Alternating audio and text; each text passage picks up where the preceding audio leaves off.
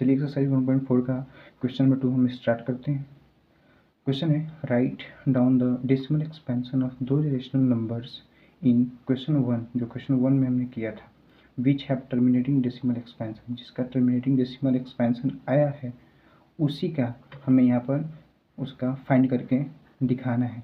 यानी जो हमने फर्स्ट क्वेश्चन में किया था जिसमें 64 डिवाइडेड बाई 445, 5 क्वेश्चन, 7 क्वेश्चन और 10 क्वेश्चन जो हमने निकाला था उनका नॉन टर्मिनेटिंग आया था। जैसे ये क्वेश्चन, ये क्वेश्चन, ये क्वेश्चन और ये क्वेश्चन को छोड़ के बाकी जितने भी क्वेश्चंस हैं उन्हें हमें टर्मिनेटिंग है, मतलब उनका डेसिमल एक्सपेंशन कहीं शांत होता है तो उनको निकाल के दिखाना है हमें। चलिए स्टार्ट करते हैं। फर्स्ट क्वेश्चन है 3125 से डिवाइड करना है हमें इसको, तो ये तो डिवाइड नहीं होगा, तो हम अगर यहाँ पे डेसिमल का यूज़ करते हैं, पॉइंट लगाते हैं, तो एक हम जीरो बढ़ा सकते हैं। पर फिर भी हम देख रहे हैं कि ये नहीं हो पा रहा है। डेसिमल से हम एक जीरो हमेशा यूज कर सकते हैं, लेकिन अगर उससे भी काम ना बने तो एक और जीरो हमें बैठानी पड़ेगी, तो एक और यहाँ पे जीरो बैठ जाएगा। लेकिन फिर भी हम देख रहे हैं कि ये अभी भी 3125 से कम है, मतलब एक और जीरो बैठाएंगे तब यहाँ पे एक और जीरो आ जाएगी। अब हम देख रहे हैं कि ये 4 बार में जा सकता है, यहाँ पे ले जाएंगे 4 बार में, यहाँ पे होगा 12500, इसको घटाएंगे तो ये हो जाएगा 500। हमने बोला कि डेसिमल यूज कर लिया है हमने, तो एक जीरो हमेशा बढ़ा सकते हैं, तो एक जीरो बढ़ाने पे ये एक बार में जा सकता है। तो एक बार में हमने यहाँ पे लिखा 3125, घटाने पे हमारे पास आएगा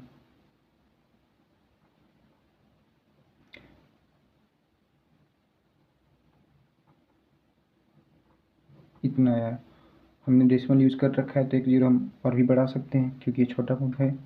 तो अब यहाँ पे हम देख रहे हैं फाइनली ये 6 बार में पूरी तरह से कट जा रहा है, और पूरी तरह से कटने के बाद अब हम इसको आगे नहीं करेंगे क्योंकि हमारे पास जो डेसिमल एक्सपेंशन था वो यहाँ पे टर्मिनेट हो चुका है। सेकंड क्वेश्चन पे हम बढ़ेंगे जो है 17/8। यहाँ पे हम डिवाइड करेंगे 8 से इसको, तो ये तो पहली बार में चला जा रहा है, 2 बार में, तो यहाँ पे बच रहा है एक। अब एक तो नहीं जाएगा तो हमने पॉइंट डाला, पॉइंट डालने पे हम यहाँ पे जीरो रख सकते हैं, तो ये एक बार में चला जाएगा, तो यहाँ पे बचा 2। फिर एक हम जीरो बढ़ा सकते हैं क्योंकि हमने पॉइंट यूज कर रखा है, डेसिमल यूज कर रखा है, तो ये जाएगा 2 बार में। यहाँ पे फिर बचा 4, फिर हम एक जीरो बढ़ा सकते हैं, ये 5 बार में। अब यहाँ पे पूरी तरह चला जा रहा है, हमारा डेसिमल टर्मिनेट हो गया। अब फोर्थ क्वेश्चन पे चलते हैं, क्योंकि थर्ड तो हमारा नॉन टर्मिनेट था, उसको फाइंड नहीं करना है, इसको फाइंड करके देखते हैं। इसको डिवाइड करने पे नहीं होगा तो हम पॉइंट का यूज करेंगे, एक जीरो बढ़ाएंगे, फिर भी नहीं हो रहा है, एक जीरो रख के तब एक और जीरो बढ़ाएंगे, फिर भी ये छोटा रह रहा है, इसका मतलब कि हमें एक और जीरो यूज़ करना पड़ेगा, तब एक और जीरो बढ़ाएंगे। ये 9 बार में जा रहा है। अब घटाएंगे तो हमारे पास बचेगा इतना बचा। हमने पॉइंट यूज कर रखा है तो एक जीरो हमेशा बढ़ा सकते हैं, हमने बढ़ाया और इसको 3 बार में ले जाएंगे हम, तो हमारे पास होगा, फिर हम घटाएंगे इसको, हमने पॉइंट यूज कर रखा है तो फिर एक जीरो बढ़ा सकते हैं, और ये 7 बार में जाएगा,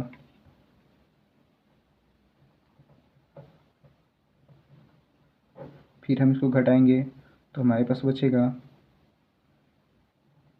हमने पॉइंट यूज कर रखा है तो फिर एक जीरो बढ़ा सकते हैं, और ये इस बार 5 बार में पूरी तरह से कट जाएगा, क्योंकि कटना ही है, हमें टर्मिनेट होना ही है, तो ये हो गया। अगला क्वेश्चन है 23 डिवाइडेड बाई 2⁵ 5⁵2। इसका जाहिर से मतलब है 2⁵3 8, 5⁵2 25, जिसका वैल्यू होगा 200। तो हमें यहाँ पे 200 से डिवाइड करना है 23 को। पहली बार में तो नहीं जाएगा, इसलिए पॉइंट का हम यूज करेंगे। 0 बैठाने पे ये एक बार में चला जाएगा। हमारे पास यहाँ पे 30 बच रहा है, पॉइंट यूज किया तो 0 यूज कर सकते हैं। फिर एक बार लेके जाएंगे हम इसको, तो यहाँ पे 100 बचा, पॉइंट यूज कर रखा है तो 0 बढ़ा सकते हैं। और हम देख रहे हैं कि यहाँ पे 5 बार में ये कट जा रहा है पूरी तरह, और यहाँ पर हमारा डेसिमल टर्मिनेट हो गया। अगला क्वेश्चन है 6/15, जिसका सिंपलेस्ट फॉर्म हमने निकाल रखा था 2/5, यानी 5 से हमको 2 डिवाइड करनी है। नहीं जाएगा तो हमने पॉइंट का यूज किया, 0 बैठा है, और ये देख रहे हैं कि एक ही बार में फिनिश हो गया, हमारा टर्मिनेट हो गया। एंड लास्ट क्वेश्चन 35/50, जिसका सिंपलेस्ट फॉर्म है 7/10, यानी 10 से हम 7 को डिवाइड कर रहे हैं, नहीं जाएगा तो हमने डेसिमल का यूज़ किया, और ये भी पहली बार में 70 पूरी तरह कट जा रहा है, हमारा डेसिमल टर्मिनेट हो जा रहा है। इस प्रकार से हम डेसिमल एक्सपेंशन को टर्मिनेट नॉन टर्मिनेट में अलग अलग करके हम इनका ये फाइंड कर सकते हैं। हमने पिछले क्वेश्चन में ही टर्मिनेट और नॉन टर्मिनेट कैसे डिफाइन करते हैं हमने बताया था, बता भी देते हैं। इसमें 2 और 5 के फैक्टर्स इन्वॉल्व हो उनको हम टर्मिनेट बोलेंगे, जिनमें नहीं इन्वॉल्व हो तीसरा आ जाए तो उनको हम नॉन टर्मिनेट बोलेंगे। Thank you.